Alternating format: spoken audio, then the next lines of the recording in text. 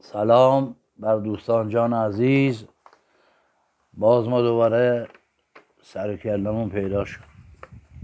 اگر زیاد مزاحم میشم فقط به خاطر اینکه این شعرها اون زمانی که گفتم ممکنه به درد میخورد، اما بیشتر به درد الان میخوره، احساس میکنم. اسم شعر به دریا برسیم.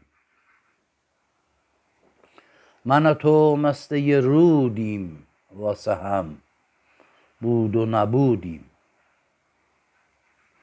گاهی وقتا رو بلندی، گاهی وقتا تو فرودیم. این راه تا مرز دریا بدون خستگی میریم. مثل مرداب نمیمونیم، آخه بیزار از کبیریم. خیلی از رودها را دیدیم که میون راه میمیرن. خیلی از رودها را دیدیم که میون راه میمیرن. خیلی از رودها اسیرن، چون که از زندگی سیرن.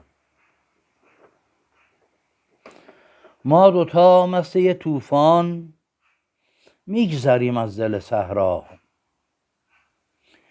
میشکافیم قلب کوی را، میرسیم به شهر دریا. میشکافیم قلب کوی را، میرسیم به شهر دریا. میکشیم یه خط آبی توی سینه بیابون. میکنیم دل کوی را پر عطر و یاس و ریحون. چشمه را رها کنم شب، جدا از حبس قفس باش. بیا رود شو بریم دریا،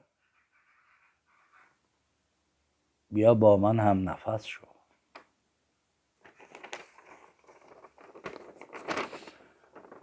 زندگی پر از حضور، پر رنگ، پر نوره.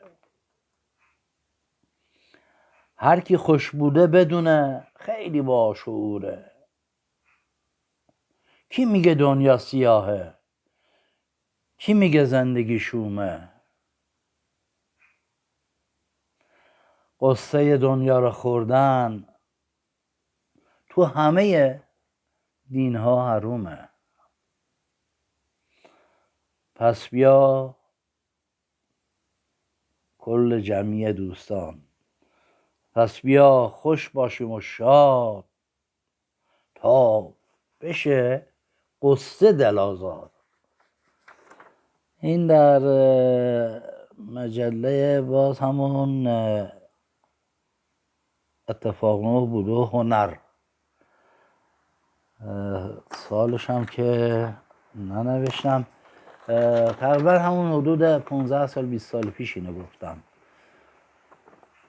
ایشالله که هر جا هستی شاد باشید، ما رو تحمل میکنید. بعد دیگه حالا نمیشه گفت شعر، شاعری، یه نثر، هر چی که هست